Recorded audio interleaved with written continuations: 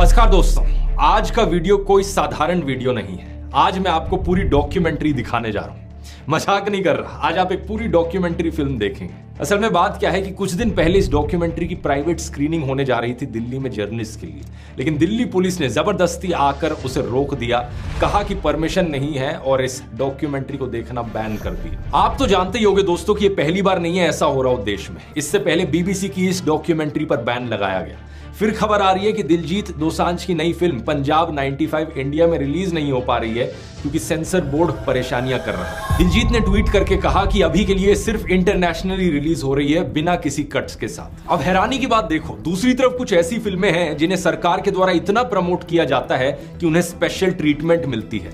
The Sabarmati Report, Kerala Story, Accidental Prime Minister, Veer Savarkar, ये फिल्में ना सिर्फ सिनेमा हॉल में रिलीज होती हैं बाकी फिल्मों की तरह, बल्कि अक्सर इन्हें टैक्स फ्री भी बनाया जाता है। इनकी स्पेशल स्क्रीनिंग भी कराई जाती है पार्लियामेंट में मिनिस्टर्स के सामने, और प्रधानमंत्री खुद भी इनका प्रचार करते हैं ट्वीट करके, और वो भी तब जब ज्यादातर समय इन फिल्मों में झूठी कहानी और झूठा प्रोपेगेंडा भरा होता है। लेकिन अगर कोई ऐसी फिल्म हो जो इनकी आलोचना कर दे या किसी दूसरी पार्टी को थोड़ा फेवर कर दे तो वो डॉक्यूमेंट्री ही क्यों ना हो, उसकी प्राइवेट स्क्रीनिंग पर भी बैन लगा दिया जाएगा। ये जो डॉक्यूमेंट्री है जिसे आज आप देखने जा रहे हो, इस फिल्म को बनाने वाले लोगों ने मुझे रीच आउट किया इस घटना के बाद और पूछा कि क्या मैं अपने YouTube चैनल पर इसे रिलीज करना चाहूंगा। तो मैंने ये फिल्म देखी और सोचा क्यों नहीं। अगर इस तरीके से लोकतांत्रिक देश में आजादी को खत्म किया जाएगा तो मैं वो हर चीज करूंगा जिसकी जरूरत होगी आजादी को बचाने के लिए। ये जो सेंसरशिप का सिलसिला है, हम इसे आगे इस तरीके से चलते नहीं रहने दे सकते, इसलिए ये आज मैं रिलीज कर रहा हूं। ये डॉक्यूमेंट्री 2024 के उस दौर के बारे में है जब देश के इतिहास में पहली बार एक सिटिंग चीफ मिनिस्टर को अरेस्ट कर लिया गया था और एक ही केस में एक पॉलिटिकल पार्टी की सारी टॉप लीडरशिप जेल में डाल दी गई। और ये केस ऐसा जिसमें अभी तक कोई कन्विक्शन नहीं हुआ है और सुप्रीम कोर्ट ने बार बार डांट लगाई है ईडी और सीबीआई को। इस फिल्म का नाम है अनब्रेकेबल, और हालात इतनी खराब है दोस्तों कि इस फिल्म के डायरेक्टर वैसे तो इंटरनेशनल अवार्ड विनिंग डायरेक्टर हैं, लेकिन वो अपना नाम नहीं बताना चाहते क्योंकि उन्हें डर है कि इस फिल्म के रिलीज होने के बाद कहीं उन्हें हरासमेंट ना फेस करनी पड़े। तो आइए इसे देखते हैं। घर पर अपने पॉपकॉर्न बना लीजिए और इसे जमकर शेयर करना, ताकि इन लोगों को भी पता चले कि अगली बार लोगों के बोलने के अधिकार को, हमारी आवाज को, हमारे फ्रीडम ऑफ एक्सप्रेशन को दबाओगे तो जनता उसका मुंह तोड़ जवाब देगी।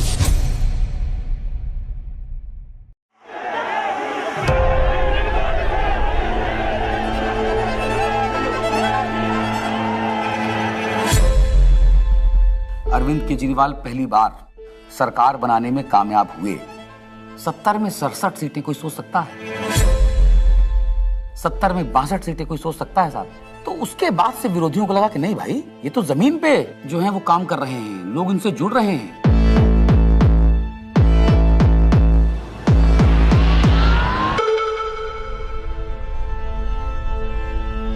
कहानी शुरू होती है तब से जहां से आम आदमी पार्टी ने पंजाब जीता।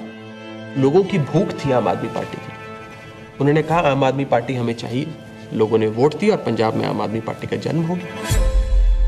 पंजाब के लोग जो हैं वो सच्चे बंदों को पसंद करते हैं और जिसके साथ दिल से जुड़ जाएं जुड़ जाएं।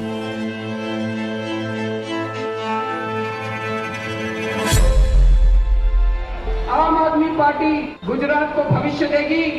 गुजरात की 6 करोड़ जनता के साथ मिलके एक नया गुजरात बनाएंगे जिसमें 24 घंटे बिजली होगी। और उसके बाद आम आदमी पार्टी गुजरात में जैसे ही घुसी तो वहां से एक दिल्ली के अंदर हमें चेंज आता हुआ दिखाई दिया।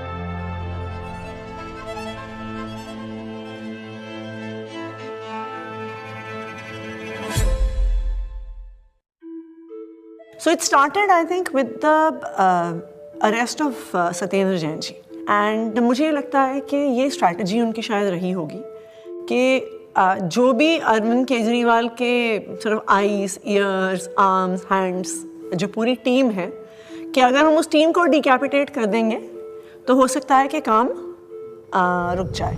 टेबल में बैठे होंगे बीजेपी के 3-4 लोग बड़े बड़े, बोले यार अब केजरीवाल को बेईमान साबित करने का क्या तरीका। किसी ने आइडिया दिया होगा कि कुछ घोटाला, बोले यार कोई घोटाला कैसे, कोई चिपकेगा नहीं इस आदमी पे। दिल्ली के स्वास्थ्य मंत्री सत्येंद्र जैन को ईडी ने हिरासत में लिया। एनफोर्समेंट डायरेक्टरेट ने सबसे पहले अरेस्ट होने वालों में मैं था। ऐसे तो कोई कर्म किए नहीं थे कि जेल चले जाएं। फिर मैंने कहा ऐसे कर्म भी नहीं किए थे मंत्री बन जाए। तो क्योंकि मुझको पूरा केस पता था तो मुझे लगा ठीक है, एजेंसी अगर अरेस्ट कर रही है थोड़े दिन में छूट जाएंगे। Why are they threatened by us? And the answer to me is very clear. आम आदमी पार्टी केवल एक सरकार या 10 नेताओं की पार्टी नहीं है। आम आदमी पार्टी एक सोच है। तब तक जो भी गिरफ्तार होते थे, पॉलिटिकल लोग भी जो गिरफ्तार होते थे, महीने में, 2 महीने में, 3 महीने में निकल के आ जाते थे। तब हमने ये नहीं सोचा था कि इतना लंबा चलेगा। अब ये जानकारी मिल रही है कि मनीष सिसोदिया को गिरफ्तार कर लिया गया है। इस वक्त की बड़ी सीबीआई बुलाया जाता था, ईडी बुलाया जाता था, उनके घर पे रेड हुई, उनके बैंक के लॉकर पे रेड हुई, दिल्ली सचिवालय में उनके ऑफिस में रेड हुई, उनकी यहाँ तक कि उनके पैतृक गांव में भी सीबीआई और ईडी वाले पहुँच गए थे। देखिए हमें तो पता था कि आम आदमी पार्टी के किसी भी नेता के पास एक भी पैसा नहीं है, और मेरे ख्याल से आज ही ईडी और सीबीआई को भी पता है। मैं तो खुश था कि दिल्ली में एक ऐसी शराब पॉलिसी बनाई गई है जिसमें एक मॉल में 27 शराब की दुकानें थीं, वो अब कम हो जाएंगी और सरकार को रेवेन्यू बहुत ज़बरदस्त मिलेगा। तो मैं तो खुश था कि अच्छी पॉलिसी बनाई गई है और कई राज्य इस पॉलिसी को देख रहे थे, पर अचानक इन्होंने चिल्लाना शुरू किया है तो स्कैम हो गया है। अगर एक अच्छी पॉलिसी को ये स्कैम करार देके सीबीआई और ईडी में केस रजिस्टर करा सकते हैं तो अब किसी भी हद तक जा सकते हैं। मनीष सिसोदिया को ईडी ने गिरफ्तार कर लिया है। तिहाड़ जेल में पूछताछ के बाद मनीष सिसोदिया को अब ईडी ने गिरफ्तार कर लिया है। इससे पहले सीबीआई ने उनको गिरफ्तार किया था और वो इसमें डीएमएलए में 2 ही कंडीशन में बेल हो सकती है। पहली कंडीशन या तो जो सरकार का इन्वेस्टिगेशन एजेंसी है वो कह दे कि केस नहीं। दूसरी कंडीशन बेल हो सकती है जब इन्वेस्टिगेशन एजेंसी द्वारा डाले गए सारे कागज जांच कर लिए जाएं। तो भाजपा की इन्वेस्टिगेशन एजेंसी क्या करती थी, लाखों की तादाद में कागज डाल दिए। अब जज साहब कितना टाइम लगाएंगे वो देखने को, 10 साल। हमने प्रोसीडिंग्स भी पूरी देखी थी सुप्रीम कोर्ट के अंदर, और सुप्रीम कोर्ट ने जो जिस तरह कमेंट्स किए थे उससे ऐसा लग रहा था कि ये केस कुछ है ही नहीं। सुप्रीम कोर्ट ने यहाँ तक कह दिया था कि आपका केस जो है ट्रायल के अंदर 2 मिनट में गिर जाएगा। किस तरह का केस आप बना के लाए हैं, क्योंकि सीबीआई के बाद मनीष सिसोदिया को ईडी ने भी गिरफ्तार कर लिया था, तो दोनों ही के अंदर जमानत उनको चाहिए थी। अब जब जैसे ही 30 अक्टूबर का दिन था, सुप्रीम कोर्ट ने बेल रिजेक्ट कर दी। जेल में पूछताछ के बाद मनीष सिसोदिया को अब ईडी ने गिरफ्तार कर लिया है। इससे पहले सीबीआई ने उनको गिरफ्तार किया था और वो तिहाड़ जेल में। सीधे चलते हैं जितेंद्र शर्मा के पास। जितेंद्र, बताइए, ईडी ने गिरफ्तार कर लिया है मनीष को? जी बिल्कुल, आप देखिए दूसरे दिन लगातार जो ईडी है मनीष सिसोदिया को अरेस्ट करके उनका टारगेट अरविंद केजरीवाल था। इनको ये लगा था, इनके कैलकुलेशन में, कि पार्टी के साइकी में फर्क पड़ेगा, लोग टूटते जाएंगे। तो इसका मतलब ये है कि डेस्परेशन के मापदंड पे तो भारतीय जनता पार्टी अपने लास्ट थ्रेशोल्ड पे पहुंची, और भारतीय जनता पार्टी की लीडरशिप भी उस थ्रेशोल्ड तक पहुंच गई कि अब और कोई तरीका नहीं है इनको जेल में डालने। बड़ी खबर यह है, आम आदमी पार्टी के सांसद संजय सिंह गिरफ्तार कर लिए गए हैं।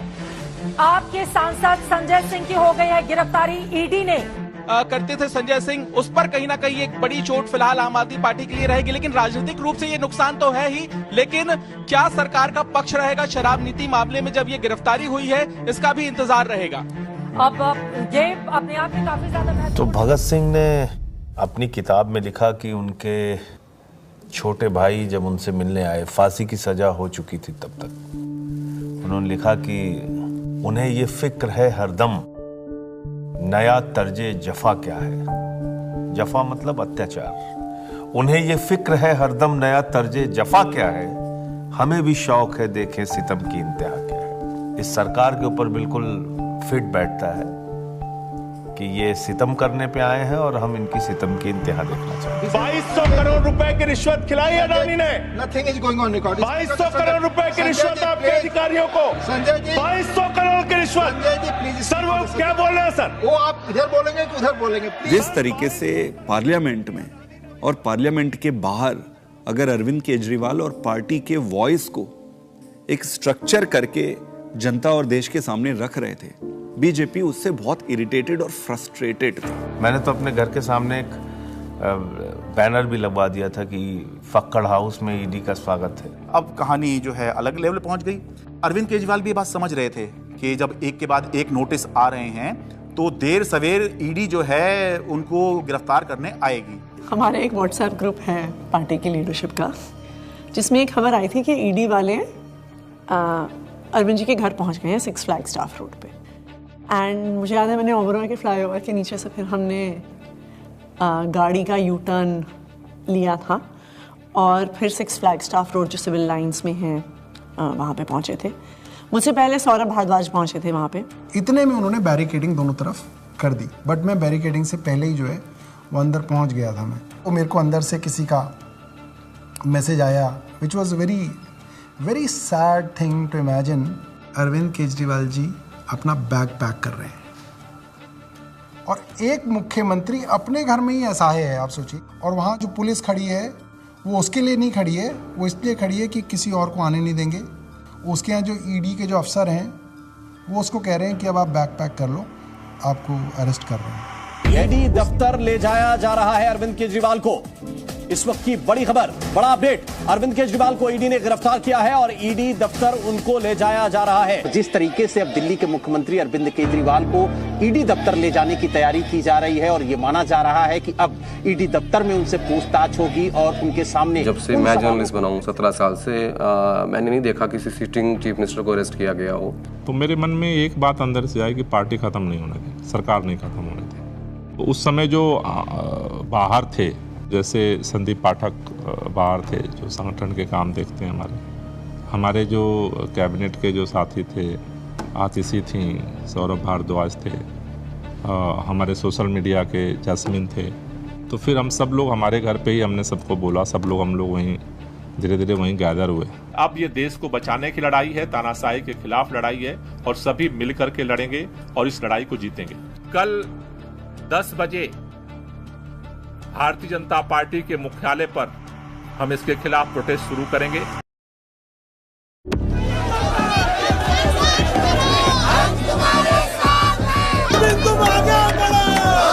सबसे पहले मैं पहुंचा वहां।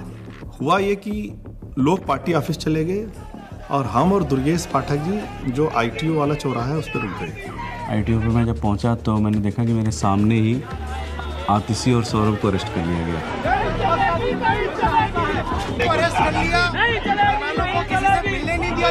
कोई वहाँ पे प्रोटेस्ट करने आता, 4 लोग सड़क पे बैठते, 4 लोगों को बस में बिठाते, बस भेजते।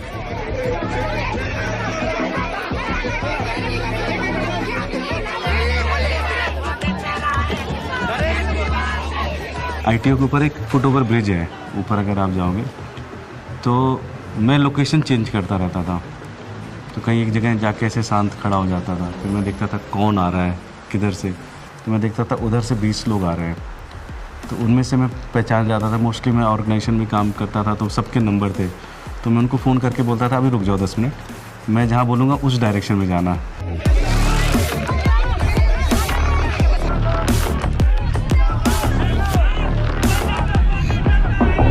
कोई एक डिक्टेटोरियल लीडर है और वो चुनाव से पहले सारे ऑपोजिशन के नेताओं को गिरफ्तार करा लेता है और फिर कहता है कि जी मुझे तो 99% वोट्स आ गए, मैं popularly and democratically elected leader हूँ।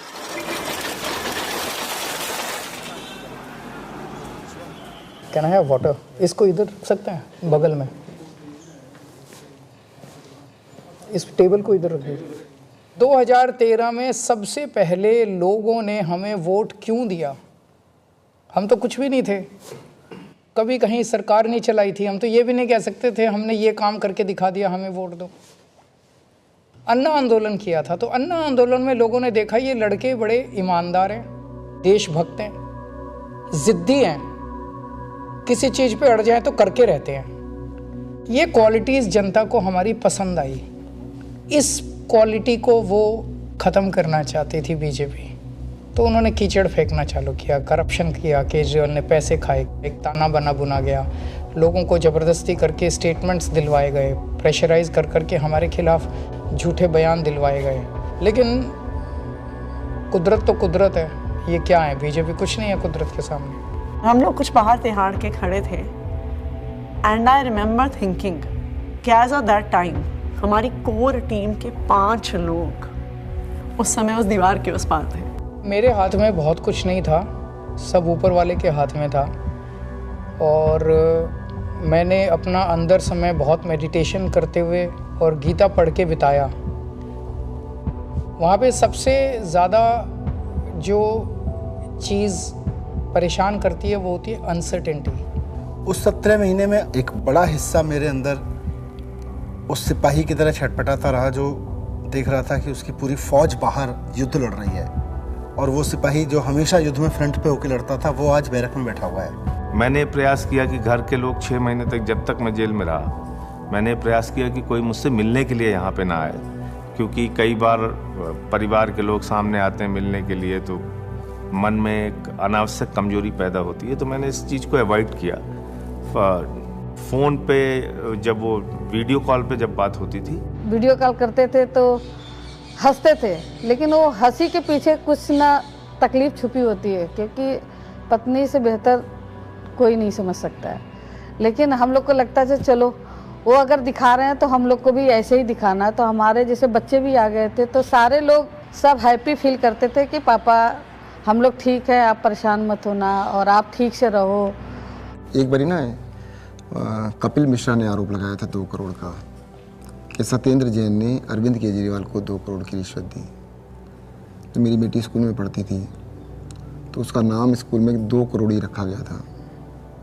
तो बच्चों के लिए बहुत, मुझे लगता है ये दौर ऐसा चल रहा है जिसमें कि बच्चों को भी स्पेयर नहीं किया जा रहा है। फैमिली के अंदर अभी तक क्या होता था कि अगर पॉलिटिक्स है तो 2 पॉलिटिकल पार्टीज़ के बीच में, अपोनेंट्स के बीच में, उसमें फैमिली इन्वॉल्व नहीं होती थी। अब थोड़ा सा लेवल कुछ ज़्यादा ही नीचे आ गया है। नहीं, जब जेल में था तो परिवार को तो मिस नेचुरली करते ही हो आप, और विशेष रूप से जब आपकी वाइफ बीमार हो, आपका बेटा भी केवल कॉलेज में पढ़ता हो। तो उसने एक चिट्ठी लिखी, उसमें उसने बोला कि अगर आप इस वक्त मेरी चिंता करोगे, अगर आप इस वक्त इस बात को लेके चिंता करोगे कि मैं परेशान हूँ, तो फिर ये मेरी देशभक्ति पे सवाल है। तो मुझे लगा यार बेटा तो बड़ा हो गया। आपने अगर मेरी चिंता में जरा भी वक्त जाया किया तो फिर वो मेरी देशभक्ति का अपमान होगा। That would be a insult to my patriotism, कि अगर मैं देश के सबसे अच्छे शिक्षा मंत्री को ये विश्वास नहीं दिला पा रहा कि आप अपना काम करो, मैं यहाँ पे एकदम सेट हूँ, आपको मेरी चिंता बिल्कुल करने की जरूरत नहीं है, तो that would be an insult to my patriotism and I felt that, I even feel that today. Phone आता था, 5 मिनट का फ़ोन होता था वो डेली जो आता था, तो उसमें ऐसा तो नहीं है कि मैं ये कह दूँ कि मैं बीमार बहुत हूँ या मैं कुछ भी हूँ, हाँ सब ठीक है, खाना खा लिया, हाँ इतना होता था। जो ड्रेडेड क्रिमिनल्स होते हैं ना, उनको सोलिटरी कन्फाइनमेंट में 2 हफ्ते से ज़्यादा नहीं रखते, उसको इनह्यूमन माना जाता है। तो मुझे लगातार कई महीने तक सेकेंड फेज़ के अंदर सोलिटरी कन्फाइनमेंट में रखा गया। सॉलिटरी कन्फाइनमेंट में आप जेल ऑफिसर्स और मेडिकल स्टाफ, इनके अलावा आप किसी से बात नहीं कर सकते। सो आई वॉज ऑल अलोन। आपको चाहिए कोई बात करने के लिए, गप्पे मारने के लिए, अपने मन की भड़ास निकालने के लिए, कुछ भी बोलने के लिए, वो अलाउड नहीं था। मतलब 2 जालियों के बीच में से बात करें, शीशा लगा हुआ है, इधर से फोन पे मैं उधर से हूँ, एक चीफ मिनिस्टर हूँ, दूसरे चीफ मिनिस्टर से मिलने आया हूँ, सिटिंग दोनों। जेल नंबर 1 में मैं था, जेल नंबर 2 में अरविंद जी थे, उसके बीच में एक दीवार ही थी। कभी कभी लगता था आवाज़ दो जोर से तो हो सकता है पहुँच जाए उधर। कई बार जेल के अंदर जब ऐसे मौके आते थे, ऐसे मोमेंट्स आते थे जब आदमी कमज़ोर फील करता था, तब मुझे लगता था यार मनीष की तरफ मैं सोचता था कि मनीष को 1.5 साल हो गया, उसकी तो वाइफ भी इतनी बीमार है, वो नहीं टूटा, सो हमें भी हिम्मत रखनी है। ये बड़ा वो था कि उन्होंने मेरी दवाइयाँ रोक दी। 15 दिन के लिए मैं शुगर का पेशेंट हूँ और 10 साल से मैं इंसुलिन पे हूँ, और 15 दिन उन्होंने मुझे इंसुलिन दी, मेरा शुगर 350-400 पहुँचने लग गया। जब जयप्रकाश नारायण इमरजेंसी के दौर में जेल गए थे, जब वो जेल गए थे उनकी दोनों किडनी ठीक थी, और 4 महीने बाद जब वो जेल से बाहर आए उनकी दोनों किडनी ख़त्म हो चुकी थी। Mr. Kejriwal, in fact, wrote to Tihar jail authorities alleging that he was not being administered insulin despite flagging his peaking sugar levels. ये जेल वाले कहते थे कि इंजेक्शन नहीं देंगे, प्रिस्क्राइब नहीं है। पता नहीं कितने साल से वो इंजेक्शन ले रहे थे, सब प्रिस्क्राइब्ड था। भारतीय जनता पार्टी के कहने पर अरविंद केजरीवाल जी की इंसुलिन रोके हुए हैं। ऐसा लगने लगा कि यार क्या ये जेल में रख के इनको मारने का प्लान बना रहे हैं। क्योंकि पॉलिटिक्स एक अलग होती है, लेकिन पॉलिटिक्स का मतलब ये नहीं होता है कि मैं आपको निपटा ही दूंगा। तो ये इंसुलिन वाली बात जो है, ये तो निपटाने वाली बात है। विरोधी होते हैं राजनीति में, लेकिन दुश्मन नहीं होते। कोर्ट के आदेश पर डॉक्टर्स की कमेटी बनती है, उसके बाद जो है इंसुलिन दी जाती है। आम आदमी पार्टी का मोराल जो था वो डाउन था। क्यों? कि आम आदमी पार्टी जो है वो दो चीज पे चलती है, केजरीवाल का नाम और वॉलंटियर का काम। वो दौर थोड़ा ऐसा था कि लगा था कि अब आम आदमी पार्टी जो है वो अब बचेगी नहीं, क्योंकि केजरीवाल के बाद कौन। कई बार ऐसे क्षण आए, ऐसे मोमेंट्स आए जब लगा कि अब तो सब खत्म हो गया, अब सब बर्बाद हो गया, अब there's no coming back from this, we have hit rock bottom.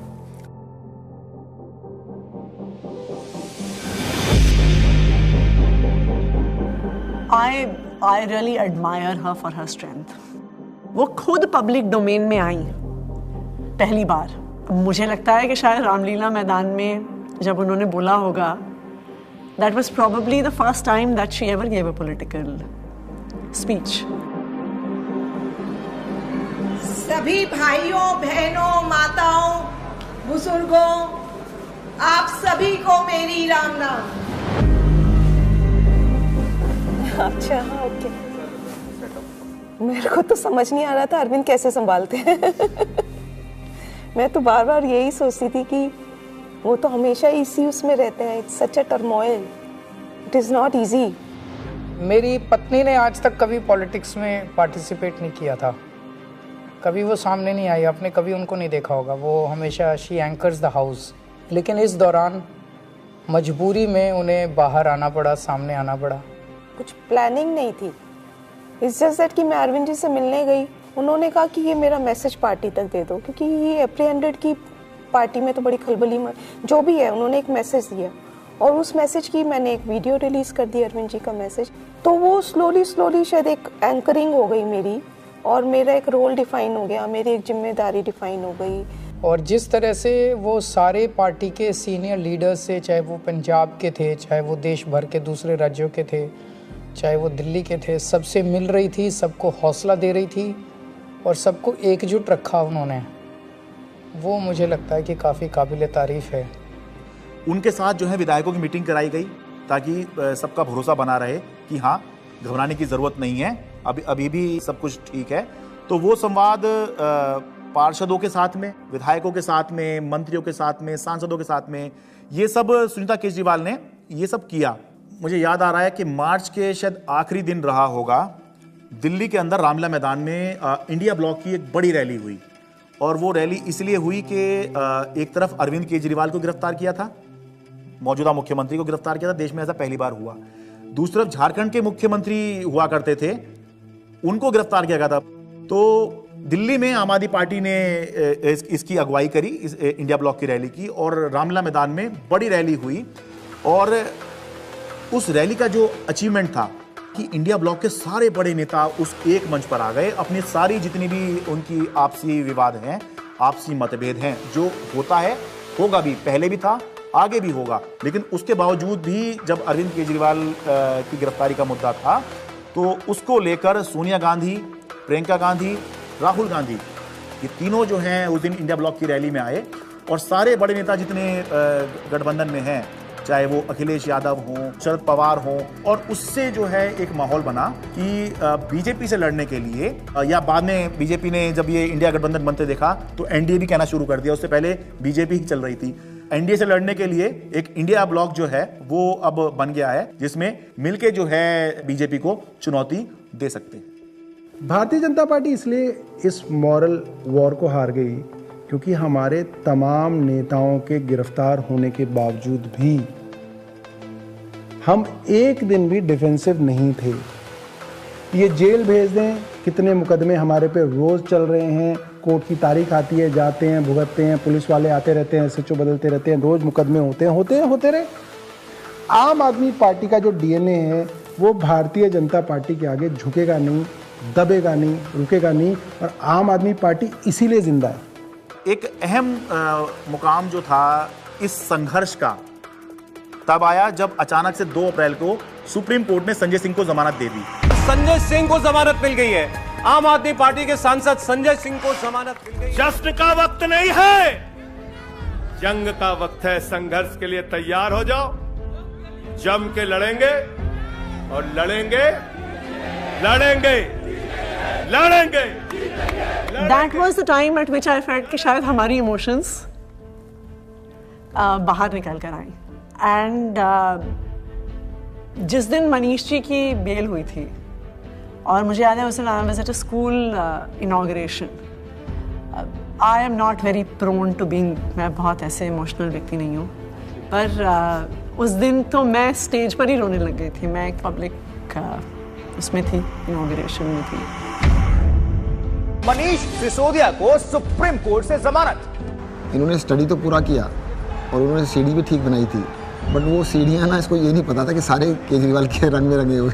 Delay किया जा रहा है, डिले पर डिले, वो मनीष सिसोदिया की तरफ से नहीं, जब बल्कि प्रक्रियागत है। और तुमने सारे के सारे रिसोर्सेज यूज कर डाले। तुमने ED यूज कर डाला, तुमने CBI यूज कर डाली, ACB यूज कर डाली, विजिलेंस यूज कर डाला, दिल्ली पुलिस यूज कर डाली, सारा मीडिया का नैरेटिव यूज कर डाला। पूरी पावर तुमने, मतलब कितनी गन पावर है बीजेपी की, आपने सब कुछ यूज करके इन सारे लीडर्स को अरेस्ट कर लिया। उसका रिजल्टेंट क्या है? 0। आम आदमी पार्टी के पूर्व मंत्री और वरिष्ठ नेता सत्येंद्र जैन को आखिर दिल्ली के राउज एवेन्यू कोर्ट से जमानत मिल गई है। हमें पता तो था ही कि आज नहीं तो कल, कल नहीं तो परसों बाहर तो आना ही है, क्योंकि हमने कुछ किया नहीं है। अगर हमने कुछ किया होता तो शायद हम BJP ज्वाइन कर लेते, जैसे बाकियों ने किया। अरविंद केजरीवाल को जमानत मिल गई है। जिस खबर का इंतजार आम आदमी पार्टी के नेता कार्यकर्ता लंबे वक्त से कर रहे थे, वो खबर आ चुकी है। अरविंद केजरीवाल को जमानत मिल गई है। अभी की बहुत बड़ी खबर, दरअसल अदालत। तो ये इलेक्शन डिफाइन करेगा कि आम आदमी पार्टी कहां जाएगी, और अगर ये इलेक्शन अरविंद केजरीवाल जीतते हैं तो वो उस लीग में आ जाएंगे जहां पर ये चर्चा होने लग जाएगी कि अगर 2029 में लोकसभा का चुनाव होगा तो क्या अरविंद केजरीवाल प्रधानमंत्री का एक चेहरा हो सकते हैं। वो चर्चा होगी। नहीं, मैं कभी अपने आप को ऐसे नहीं सोचता कि मैं कभी PM बनूंगा, या कभी ऐसे भी नहीं सोचा था कि मैं CM बनूंगा। सो PM बनना मेरी ज़िंदगी का कोई मकसद नहीं है, लेकिन जो भी सरकार आए इसे ख़त्म करना होगा। मैं चुनाव के टाइम में चुनाव लड़ो, आपस में एक दूसरे को गाली गलौज मत करो। आपने जो काम किए वो जनता के सामने रखो, आप जो विजन लेके आए हो वो जनता के सामने रखो। जनता को जो पार्टी पसंद आएगी उसको जिताएगी। जीतने के बाद सारी पार्टियों को मिलके फिर काम करना चाहिए, देश के लिए काम करना चाहिए, चाहे पक्ष में हो विपक्ष में हो। विपक्ष को कंस्ट्रक्टिव क्रिटिसिज्म करना चाहिए ताकि सरकार अच्छा काम कर सके, लेकिन एक दूसरे का जेल में डालना ये अच्छी राजनीति नहीं है। मैं दिल्ली की जनता से पूछना चाहता हूं, मैं देश की जनता से पूछना चाहता हूं कि क्या केजरीवाल ईमानदार है कि गुनहगार है। दोस्तों, 2 दिन के बाद, आज से 2 दिन के बाद मैं CM की कुर्सी से इस्तीफा देने जा रहा हूं, और मैं तब तक CM की कुर्सी पे नहीं बैठूंगा जब तक जनता अपना फैसला ना सुना ले। Did you anticipate his resignation, and why did he resign? रुके न जो, रुके न जो, झुके न जो, दबे न जो, मिटे न जो, हम वो इंकलाब हैं, जुल्म का जवाब हैं, हर शहीद हर गरीब का हम ही तो ख्वाब हैं। रुके न जो, झुके न जो, जी रहे हैं इसलिए कि प्यार जग में जी सके, प्यार जग में जी सके, प्यार जग में जी सके। जब हमने पार्टी बनाई थी तब सभी नेताओं और मीडिया ने कहा था कि इनकी एक भी सीट नहीं आएगी, लेकिन जनता ने मुझे मुख्यमंत्री बना दिया। जब हमने 2014 में असूलों के आधार पे सरकार छोड़ी तो इन सब ने फिर शोर मचाया कि आम आदमी पार्टी खत्म हो गई, अरविंद केजरीवाल खत्म हो गए। लेकिन फिर जनता ने हमें 67 सीटों के साथ जीत दिलाई और 2020 में हमने वो कर दिखाया जो किसी ने सोचा भी नहीं था। हमने अपने काम के नाम पे वोट मांगे, शिक्षा और स्वास्थ्य के नाम पे वोट मांगे। सबने कहा कि इस देश में शिक्षा और स्वास्थ्य पर कोई वोट नहीं देगा, लेकिन जनता ने फिर सबको गलत साबित कर दिया। जनता ने कहा अगर आप हमारे लिए काम करोगे तो हम आपको पावर देंगे। मैंने तो राजनीति में इतना ही सीखा है कि जब जनता अपना मन बना लेती है तो भले ही उनके सामने कितना बड़ा तानाशाह हो, पूरे सिस्टम की ताकत हो या बड़ी बड़ी पार्टियां हों, जनता सबको ध्वस्त कर देती है। जनता के सामने किसी का अहंकार नहीं चलता और जनता से बढ़कर कोई अदालत नहीं है। इसलिए मैं जनता के बीच जाऊंगा और अब जनता फैसला करेगी। जुल्म का जवाब है हर शहीद हर गरीब का, हम ही तो ख्वाब है रुके न जो।